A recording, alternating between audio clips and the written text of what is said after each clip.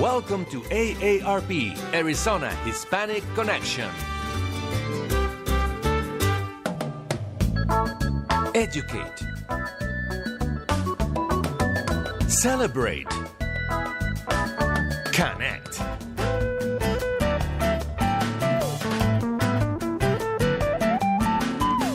Arizona Hispanic Connection. Welcome to AARP, Arizona Hispanic Connection. As always, we have another very special show. Today's title is Census 2020, coming soon. How about that title? Do you like it? I like that. I loved it. Yeah, I do. I like to kind of get some inspiration as I'm thinking about the shows. And I said, coming soon, like when a movie, they kind of show you a movie that is not quite there and it's coming. And I said, coming soon might be a good thing. I tell you what we're going to do. Again, the show today is Census 2020 coming soon. This is AARP, Arizona Hispanic Connection. And I'm here by myself hosting, but today I have the privilege of having my co-host, Alex Juarez. So it's good. I tell you what, Alex, first of all, thank you so much for making time. I know we're all busy, and why don't you do me a huge favor and take the mic and greet the audience, and then do the introduction of our special guest today. We have actually a guest from the government today, Alex. That's pretty very important people. Very important people. So take it away for just a little bit. Yeah, go ahead. Absolutely. So I am Alex Juarez, the Communications Director for AARP Arizona, and glad I'm here with David Parra and our guests of honor. We're really excited to talk about this very important topic of 2020 census. I can't believe it's already time for the census again. But our guest today, we have Jana Scott. I've had the pleasure of meeting Jana just a couple of weeks ago. Yes. First time that we met, but you're very close to one of our peers, Paula Wright. Yes. That has known you for many years. You have a very impressive background, let me tell you, Jana. I was very, very impressed with all the work that you've done at the federal level, working at the White House. I mean, Jana has worked in the White House, so that's pretty amazing. And we also have Cam joining us here today. Cam is also part of the census, and she's going to be talking about HR jobs, which is great for Arizona, great for Phoenix in general. But why is it important for AARP to talk about the census? We want to make sure that our 50-plus population gets counted. So we have to communicate. We've got to advocate and make sure that everybody gets counted in this census. So we're very excited to have you. And we're going to start talking about, first of all, with Jana, who and what is the census? Can you tell us a little bit more about why the census? Well, thank you very much, Alex. And I want to first thank AARP through liaison with you for allowing the census to be part of this radio program and to reach what we consider is a very important constituency in this state and in this time. The census was actually mandated in the Constitution. 1792 was the first year that the census was done. And in the Constitution, it is mandated that every 10 years, a complete count of the people residing in the country would be made. That count informs not only the congressional seats that each state gets, or what we call apportionment, but it also informs how federal dollars are allocated for things like police services, transportation, health and hospitals, housing, medical care, all sorts of things that we as people who live in the United States have the privilege of using every day. So you can understand why the census is important and why it's important for everyone to count. Absolutely. Mm-hmm. When was the last time that we had a census? Well, I'll give this answer and then explain it. 2010 was the last, what we call decennial, or every 10-year census. Mm-hmm. But the Census Bureau, out of the Department of Commerce, actually does counts of various types almost every year. And so in 2015, there was a major count, the American Community Survey here in Maricopa County. And in that count, and also with the federal dollars that we had gotten from that time, it was shown that Arizona received some $13 billion in federal funds. You said $13 billion. Yes, with a B. Wow. That translates to almost $2,000 per person counted, or $2,000 that didn't come to Arizona for every person that was not counted. Wow. So every 10 years for this huge operation where nationally millions of people will be hired, over 1 million people, and then every year there's some sort of economic count in partnership with state economic agencies. And you talked about something really important there, the counted, people that were counted. Can you talk about who is the undercount? What segments of the population are the undercounted? There are several populations that we, through prior censuses, have determined can be harder to count. Those include children under 5, ethnic and racial minorities, people who are in apartment or multiplex type housing situations, college students, the unsheltered homeless, other vulnerable populations, and to an extent the frail elderly. We know not all of our elders are frail. Many, particularly in this generation, 60 is the new 40 or 40 is the new 60, whatever you want to say. But we do know that there are frail elderly, particularly those who live alone, who we have often missed in the past. So I would say those are the primary populations that are difficult to, or as we call it, hard to count. Yes. I was doing a little bit of research this morning, and if people go to census.gov,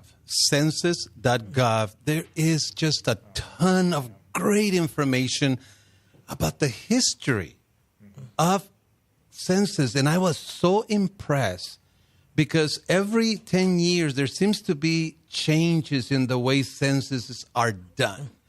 I got to read when technology began to be used, because can you imagine in the beginning it was all counted pretty much by hand, so to speak. Big book. Right. Yeah, big book. Yeah. What's your impression about how technology is, being, I guess, implemented and making it a lot easier to do the census, the count? Well, there's less likely of error. I know I was actually just using census data to pull some genealogy information about my family. Interesting. Yes. And I found out a portion of my family actually was part of the 1870 census when they came over from Germany. That's unbelievable. That's great. 1870, Amazing. and I was able to track them back. But one of the problems I ran into was that the handwriting was in cursive, and there were handwriting errors in terms of spelling. So I now, with the technology, and when you have people coming to your doorstep, it's right there on the computer. There's no chance of real spelling errors just from handwriting. What looks like a D to some people could actually be a P. That could really change up data when you're looking for that information, changing how many members are in the household. Maybe someone says 3 and they put 8 by accident, So prevent a lot of errors. And it's faster, and the data gets sent immediately. There's no person that's going to have to come back later and do this paper tracking. I have to encourage our listeners to visit census.gov. I just have to do this. I got a deep impression of the history of these this act of being the census, counting every single individual in the country. At least that's the intention. And I really, really would like to encourage people to visit census.gov. Now, if they want to get information on the census that is taking place next year, then they have to go to Census2020.gov, if I'm correct. 2020 census. Yes, 2020. Yes. 2020 census.gov. Yes. If you're going to want current information that is more up to date of what's taking place in a little over a year. Yep. But if you want the history, then you go to census.gov. We're going to have to take a short break. We're going to have to come back and ask you how important it is to be counted, what repercussions are there if you're not counted, and then how this counting has benefited Arizona in the short and long run. Stay with us. You are listening to AARP Arizona Hispanic Connection. We'll be right back. Welcome to AARP Arizona Hispanic Connection. Educate.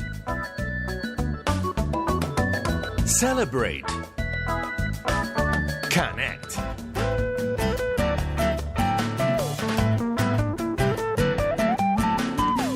Arizona Hispanic Connection. Thank you. Thank you for staying with us. This is AARP, Arizona Hispanic Connection.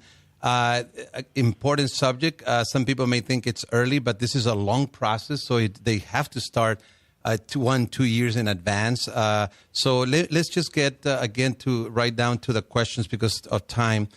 Please help us understand, why is it important to get counted, how Arizona has benefited in the past years, and then we're going to come back to Camelia or Cam. Yes. And ask you about jobs. There's a ton of jobs that are available for Arizonans that our people need to hear. So take it away.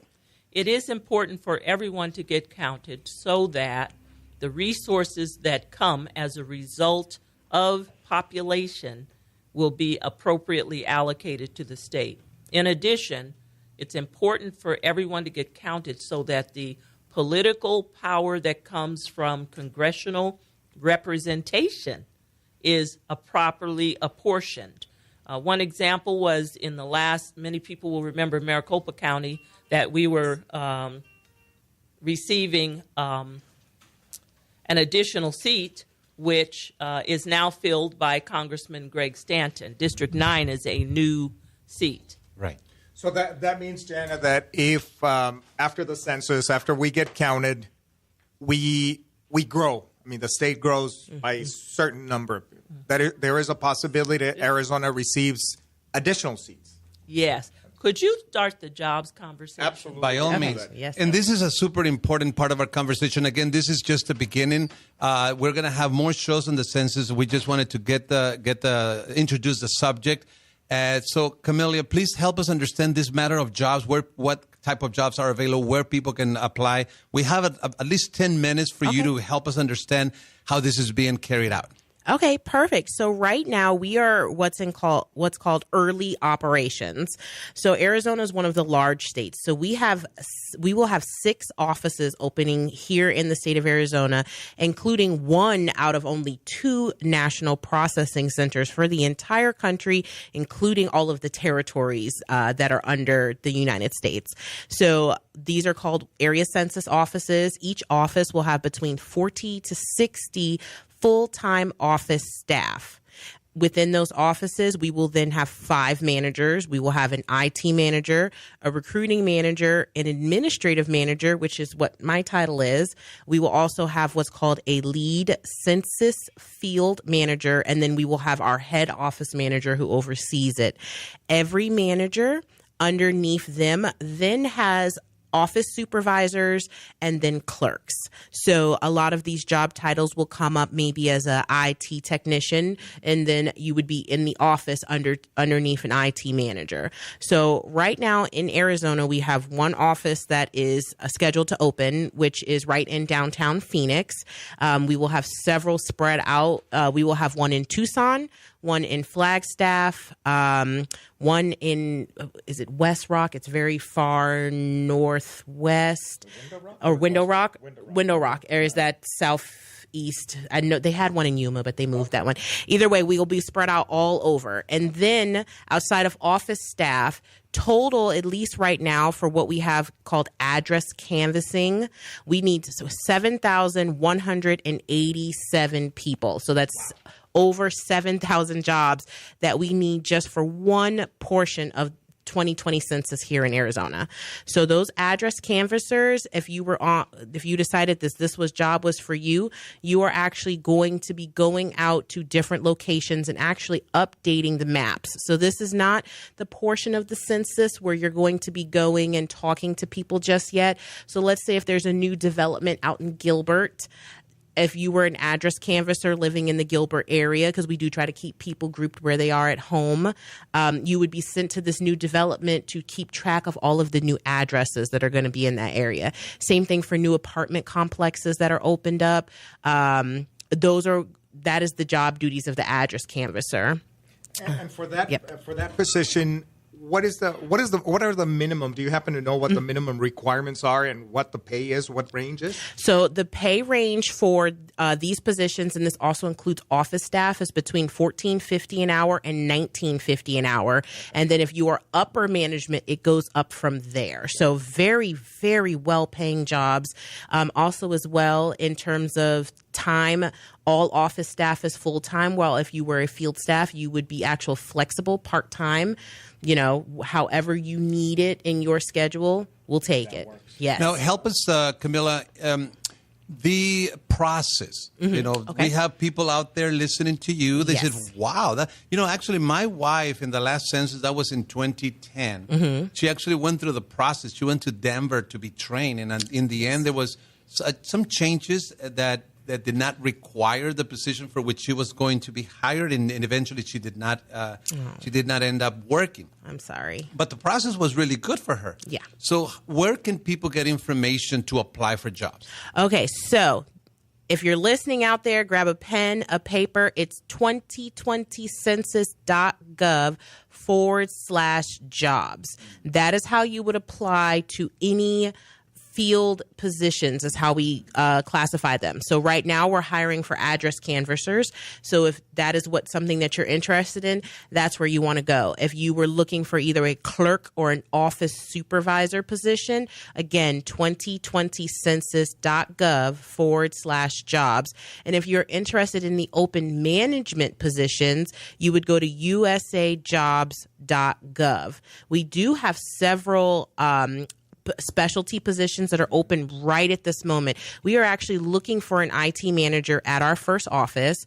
We're also looking for several media specialist positions where you'll be working with, as you guys are right here, awesome radio stations, TV, newspaper. We also have partnership specialists, which is what Jana does. Again, building those relationships with other businesses on the ground to really spread the news about census. And those jobs range right now, starting at $50,000 up to $96,000. These obviously are not permanent jobs, but temporary up until September 30th, 2020, but this is great. It counts as federal service. Right. If you are an office staff person full-time, you get benefits, health insurance, time off, all of that. We still have about 5 more minutes, and I wanted to ask 2 more questions. Sure. Being a federal job, I assume that applicants have to be U.S. citizens, either by birth or naturalization, correct? Yes, you do. And you must be over the age of 18 as well. And you did ask for requirements. Alex, I'm sorry. I'm just going to go back over that really briefly. So for the USA jobs, those are the management positions. They do have very specific requirements. So if media specialists, they are looking for someone who has a background in media versus address canvassers. As long as you're over the age of 18, you're a U.S. citizen and you have a clean background, we pretty much want you, especially as well if you also are computer savvy, but we train you and we provide you with all the tools for the job. So you won't be required to come up with your own iPad or anything. We provide those for you. And the second question. Yes. In very lay terms, so to speak, are you able to walk us through how the census is going to be carried out this year? What can people expect to see? Okay. So right now, with you applying, you will be starting to get called back in June. You'll have. I'm talking about the people that are, in other words, the public. How is the census going to show up to them or for them? Okay. Yeah. So there are several different ways that you're going to be able to respond for the census. Online, which is such a big deal. Don't tell me that. So I was easy. telling my wife, I don't know why they don't do it online.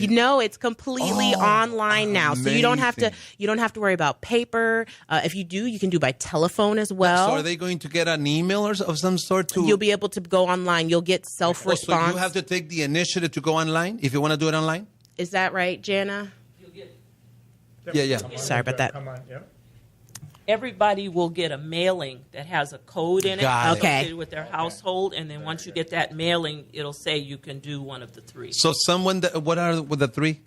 Okay, so there's the mail, so actual paper. Okay. online, which is where Jana said you're going to get a letter in the mail with a code, and it goes. That's for your house, and then by telephone. So there's 3 different ways. And then if you don't respond to any of those 3, that's when you're going to get the nice, wonderful census worker at your door saying, "Hey, you didn't get counted. Can we just ask you those 10 really important questions?" Right. So internet, phone, in person. Yes.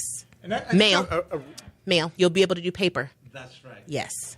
Before we move into the next topic, can you repeat those URLs, please, for anybody interested in jobs? Yes. Anyone interested in any census jobs, usajobs.gov and then 2020census.gov/jobs. That's great. So hopefully, a lot of our Latino community, they're interested in positions. Go visit that. Question about the census and who can fill in a census application or a form. Does it need to be a U.S. citizen, or it can be anyone living in the state of Arizona or in the United States at that point? According to the constitutional language, anyone who is residing in the state on April 1st, 2020 is eligible to fill out the form for that household. Okay, very good. So probably a very interesting question in the Hispanic segment. There may be people that, I don't want to provide my information if it gets shared to a government agency like ICE or Border Patrol or something. What can we tell the community about that?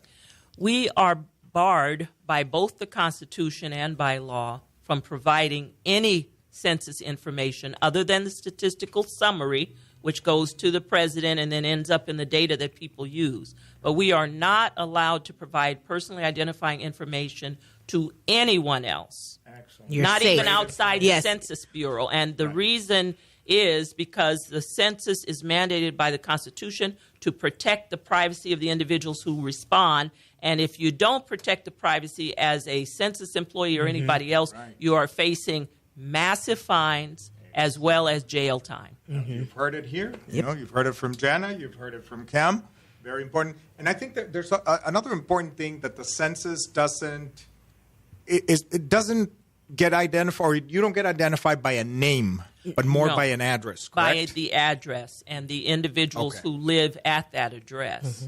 So we don't want people to fear the census. Sure. The census is very important for dollars and for power, and we've got to get that for Arizona. We've grown tremendously. We need it. Since 2010. And that's why it is so important to assure the community that this is so critical for the state. Yes. And to allow yourself to be counted.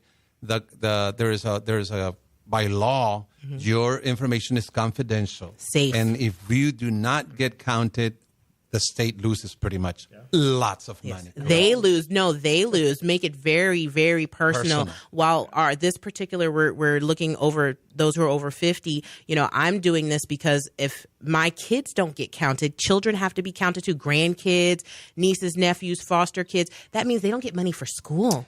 Camila, Jana, thank you so much. Thank you. We've come to the end of the second segment, and we'll have other guests for the third segment. So thank you so very much. Thank you. And we'll stay connected because we're going to do more shows like this. Thank you. Yes. Stay with us. We're going to be back in just a few seconds. This is AARP Arizona Hispanic Connection. Welcome to AARP Arizona Hispanic Connection. Educate.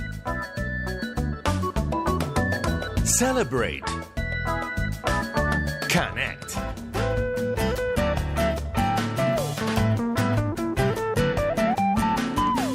Arizona Hispanic Connection. Thank you. Thank you for staying with us. This is AARP, Arizona Hispanic Connection. We are so happy. We're so happy to be having these shows. I don't know. Hopefully others are feeling the same way I do, Lydia. But I go home and I sleep very, very happily and pleased because these topics are so critical. And we really hope that many out there are listening to these shows and that many help us by liking our page and then sharing these subjects. Alex was just telling me that we did a show on Social Security on Tuesday in Spanish. And I have to say that was one of the best shows that we've ever had. But Anyway, the subject today is not Social Security. The subject today is Census 2020 coming soon. We will be doing the next two segments now with Lydia Guzman.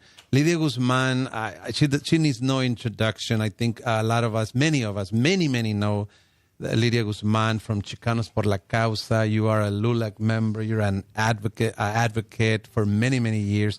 So first of all, Lydia, thank you so much. Short notice, and you always said yes. So thank you for joining our show today. No, thank you. Thank you, David. And I'd like to say thank you to AARP for giving us the opportunity to talk about this issue. This issue is very important to all of us in the community, especially to the organization that we represent, Chicanos por la Causa, AARP, and many other organizations in the community. So I'm very glad to be here. First of all, Lydia, I would like to ask you to relate to the audience what you related to me. I think it was yesterday, if I'm not mistaken.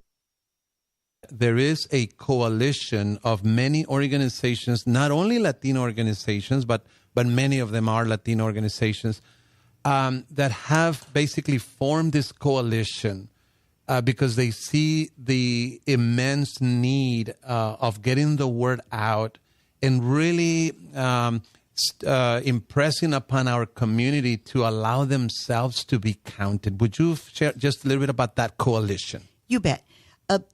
At Chicanos por la Causa, we pride ourselves in reaching out and partnering with community organizations that are already doing a lot of work in the community. So there's no need to reinvent the wheel. Right.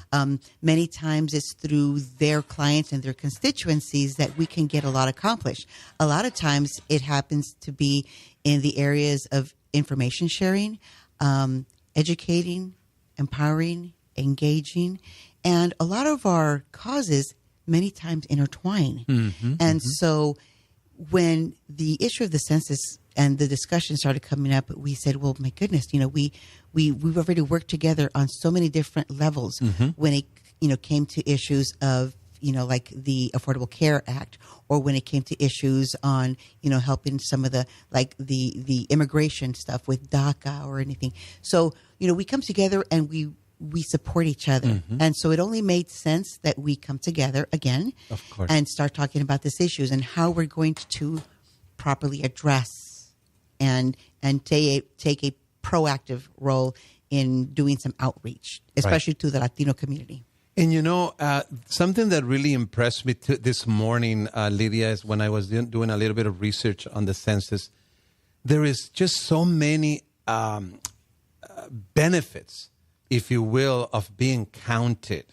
And I believe that a lot of times that may be the reason why we tend not to give importance or the importance that this deserves, especially as Latinos. This has nothing to do with your status in the state. It has to do with a very simple concept of being counted. Would you tell us, at least from different fronts, as to why it's important that everybody is counted, particularly on the House of Representatives allocation? There is a key word that I hope to get right now. There is a key word. And then at the business level, at the community level, why is it so important that we all get counted? It's important on two different fronts. One, because you hit the nail on the head, the political empowerment as well as the economic empowerment. So when it comes to the political empowerment, right after the census numbers, the different states, they draw up different districts, because as the population grows, you have to have a certain amount of population to represent each district. So here in the state of Arizona, because of the last census count, we did gain that additional seat, as was mentioned in the previous section. But now we're thinking that in this next census count, because of the numbers and the increase in population, not only because we had a lot of people born in Arizona, but also because we had a lot of people move to Arizona, we stand to gain another congressional seat and possibly two. And that means political empowerment because a good number of the babies born in Arizona are Latinos. And, I was doing my research, and there are 435 seats in the House. And this really impressed me. when the census is done, they pretty much wiped out all the previous allocations. In other words, every state has a number of seats based on the population. Yes. And once the count is done, they wiped out every allocation and then they start afresh. So if there was a lot of change in population in a state, they may lose seats. Other states, if they experience growth in population, they will gain more seats. So that only increases the representation at the congressional level. Correct. And let me just see if I can just draw a mental map in our minds. Okay. So for example, let's say that there's a Latino district right now. I'll just use Congressman Gallegos' district for now, as an example. Mm-hmm. And now, because perhaps the population grew in that district, perhaps that district might be split, and now it has to be 2 districts. Mm-hmm. And so that district will not look the same, because after the census count and the reappropriations of the population into new districts, right, that district may be split up into 2, perhaps even 3 different districts. And so and what may happen is we may have a lot of Latinos perhaps packed in one district, which is one thing that we're going to be watching for also when we do the redistricting, they call it. Right. But we want to make sure that Latinos will be able to elect a person of their choice. And have that type of voice when it comes to the appropriation, the reapportionment of the numbers. Now, the electoral college is also linked to the number of representatives. Am I correct on that? On that, what I'm not going to touch too much on that, only because I believe that there's probably going to be some changes on that, and I understand that there's going to be some discussion on change. However, I can tell you right now that on not just the congressional side, the lines get also drawn up with our legislative seats, our state legislative seats. So what one district looks like in this decade is not going to look the same in the next decade. So are you telling me that not only the congressional districts at the federal level in the state, but even the states may get changed? Will get changed based on the new numbers? Correct.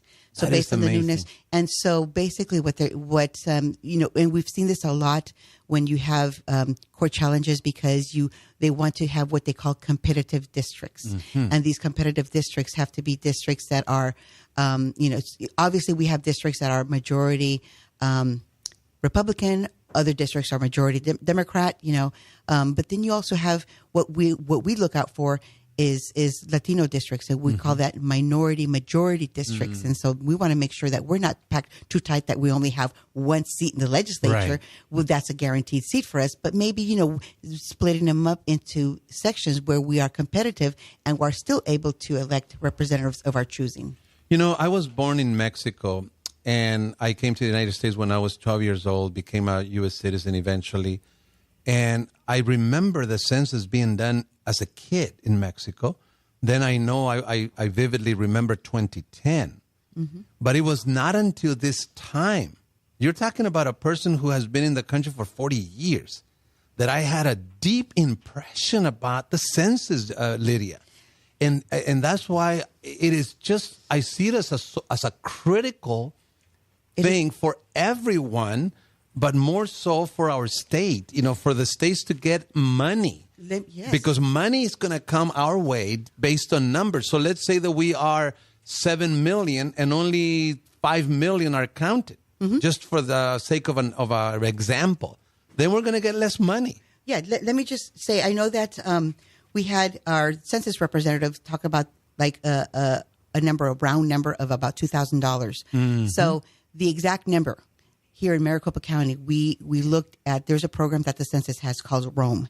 And in this Roam, you can see where are the pockets of the undercount. Now, the Latino population has historically had an undercount population, and we'll be talking about that hopefully in the next segment. Yes, how to fix that. Definitely. But for everybody that was undercounted, the exact dollar amount was $1,979 per person per year that our community lost. Per year, not per 10 years. No, it's per person per year. So roughly $2,000 per person not counted is going to be lost. Per year. Per year. Yes. That is unbelievable. And so here's, people think, well, where does this money go? This is the money that would normally go to schools, to build schools, to roads, to widen roads. I mean, when the freeways are widening, and as Department of Transportation says, hey, we need to widen these freeways because we have this population growth. Well, the way that they justify the population growth when they request money from the federal government is through the census. And so if there's no numbers there, how is the federal government going to say, where are the numbers? Right.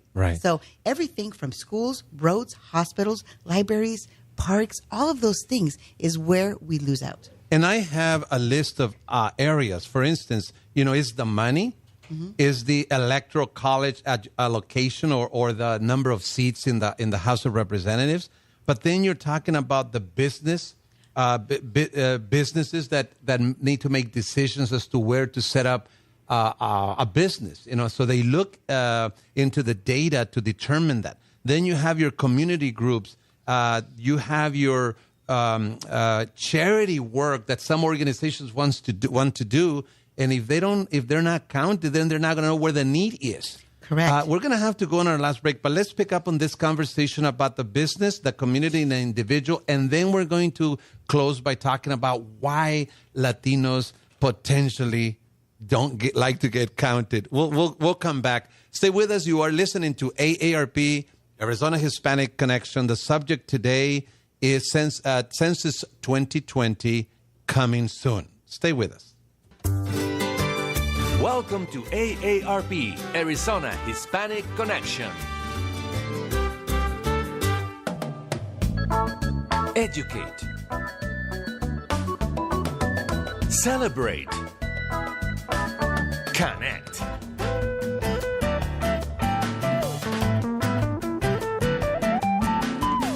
Arizona Hispanic Connection.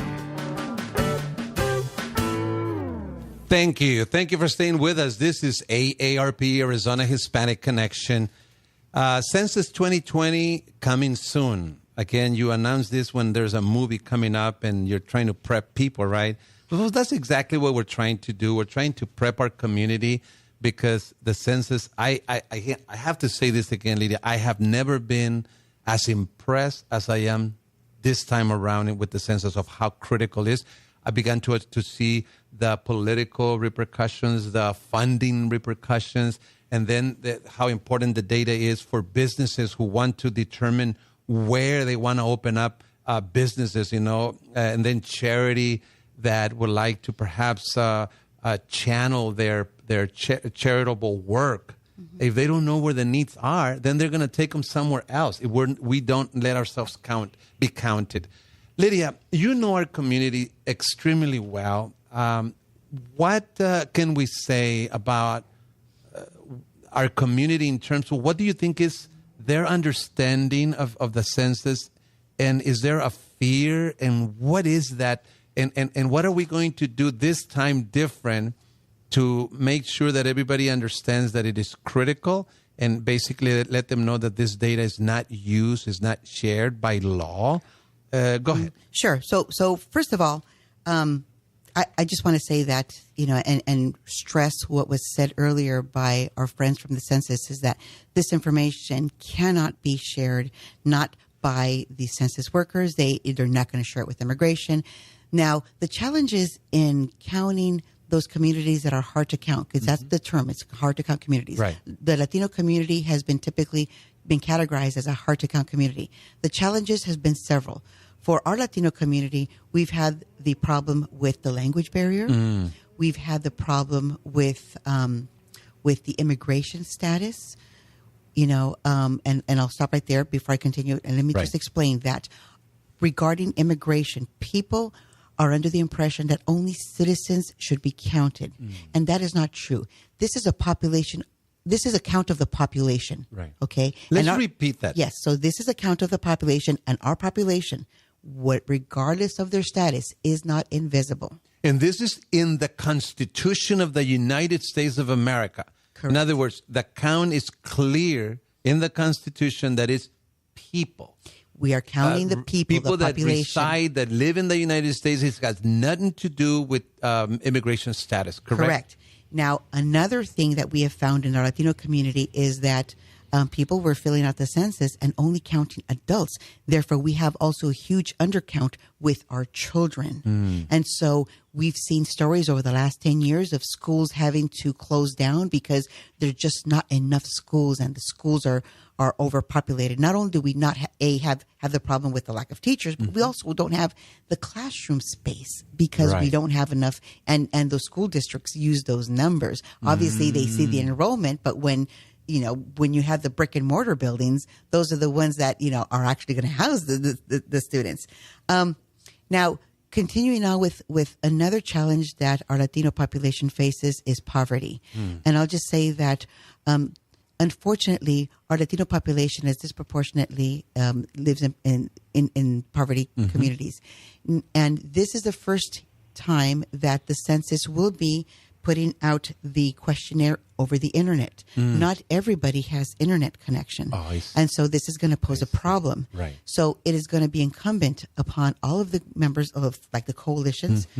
The coalition that Chicanos por la Causa is helping to convene is very similar to coalitions that are taking place all across the country. Right. In communities like Denver, Tucson, Los Angeles, Dallas.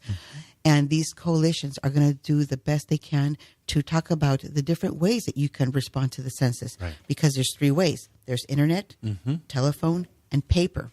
And we always say to people, if you don't want someone knocking on your door, because a lot of people get skittish. ¿Quién está en la puerta? Who's at the door? Right?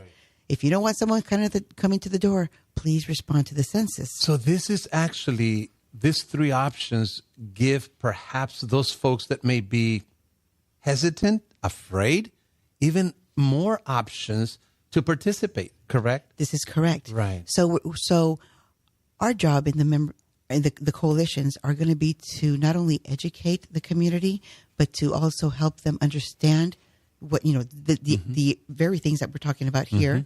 And at the same time, try to make it easier for them by facilitating. There's going to be some organizations that are going to open up their doors so that they can, perhaps use their computers. I know that at Chicanos por la Causa, we've historically done this. And just I want to give you a little bit of history of when I started doing some of the census work. Right. I've been involved doing some census work since way back. I remember being a little girl. Really? And you were involved? I was involved, but here's how I was involved. Is not only did I help, because when I was a little girl and I was bilingual, and I used to help my mom and a lot of her neighbors when they used to come in and ask for, assistance on everything from filling out lunch applications for their children to the census. So that's when I first started learning what this was about. No wonder why you are an advocate. You started very early young. on. And then by the time 1990 came around, I remember that by 1990 I had a newborn and I was still involved, and I had a newborn little girl. By 2000, we were very, very active, and I was a volunteer for an organization called MALDEF doing the census work. Of course. In 2010, something horrible happened here in Arizona. We were faced with SB 1070 in 2010. And so we in Arizona, the Latino population, suffered a huge undercount because of that. A lot of the advocates were so busy fighting everything with Arpaio and everything with SB 1070 that they didn't really engage, and the community was already afraid to open the doors. So we're already at a disadvantage. Now, with this census, we're going to do our darndest to catch up. Not only do we have to catch up with the people that were undercounted back then, but also all the new folks. We had a lot of new people that moved into town. We had a lot of new babies that were born in the last 10 years. And we want to make sure that we get everybody counted, especially in our Latino communities. Right. So I see here that there is a big, big need to basically continue to educate and continue to provide information so that our Latino community, again, there is nothing, it has nothing to do with immigration status, to do it for yourself, but also do it for the rest of us, and then do it for the whole state. Because if we're talking about almost $2,000 per person that is not counted, and this thing is done every 10 years. So these allocations are going to be good until 2030? Correct. Once the count is done and the distribution of house seats, monies, etc. is done, that's going to be good for another 10 years, and there's not going to be another possibility to change it. until that time. So it is critical to get this right, correct? Correct. And that's why we're playing catch up, as I mentioned before, because we didn't get it right 10 years ago. So this, okay, I just got it right now. This is a very important point. So you're saying that we lost a lot of count. In other words, a lot of people did not get counted in 2010 because of the fear of 1070.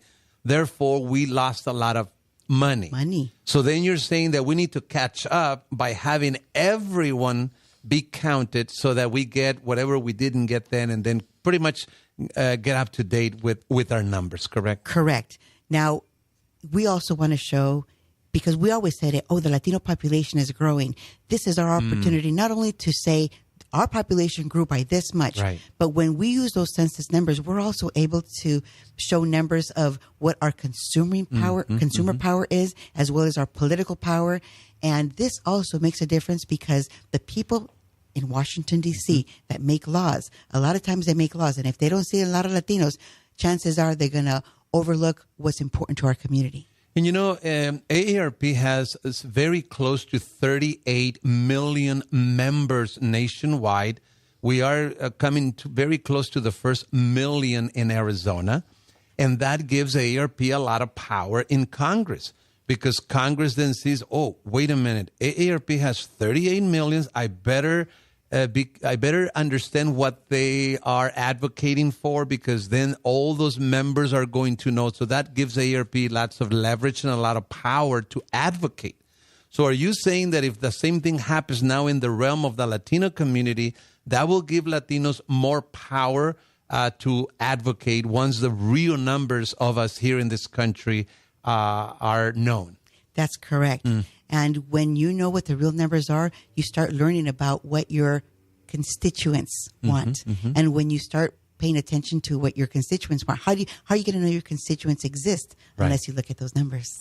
Now, is there anything that you could say, Lydia, to people who typically participate, who already are convinced that participating in the census is critical?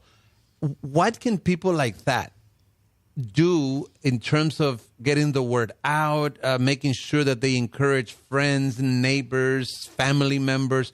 Is there a place for that kind of work, you think? Yes. As we get together and we have meetings with our coalition, we will start developing a strategy for outreach. And in our strategy for outreach, not only are we going to engage elected and community leaders so that they can be spokespersons from within our coalitions, but we're also going to start coming up with plans on how to do messaging that resonates with our community, and also places where they can go for help. And so we're going to start developing those. Now, I do want to invite anyone who would like to participate, because you don't have to belong to an organization or you don't have to be an elected official to be a part of this coalition. We will have our next meeting at the Burton Barr Library here in Phoenix on Thursday, the 21st of February at 2 p.m. All are welcome. I assume that information is on the CPLC website? No, not yet, but we will be happy to put that on there. And is it cplc.org, the website? That's correct. Yeah. Again, in another last point before we finish our program today, another thing that I see here is that many people perhaps do not like politics. So therefore, when you do a call for action to get involved in some way, they're very hesitant to do it because politics is not their thing. But I see this as a non-political thing. It's a very neutral thing. It's a thing where you encourage family members to allow themselves to be counted because a lot is at stake. Am I correct? A lot is at stake. Now, politics aside, the reason that this is important is because it means the flourishing of the communities that we live in. It means that your schools will probably get more buildings, or maybe new schools in your communities. What if a new park is built there because the city is able to prove that now there's more children that live there? What if the roads get widened and now that alleviates traffic because the state is able to say there's a bigger population in that part of town? Thank you so much, Lydia Guzman. This has been a first show, so to speak. We will be addressing this matter in the coming weeks and months. Thank you for joining us today. The show was Census 2020 coming soon. This was your program, your show, AARP Arizona Hispanic Connections. See you soon.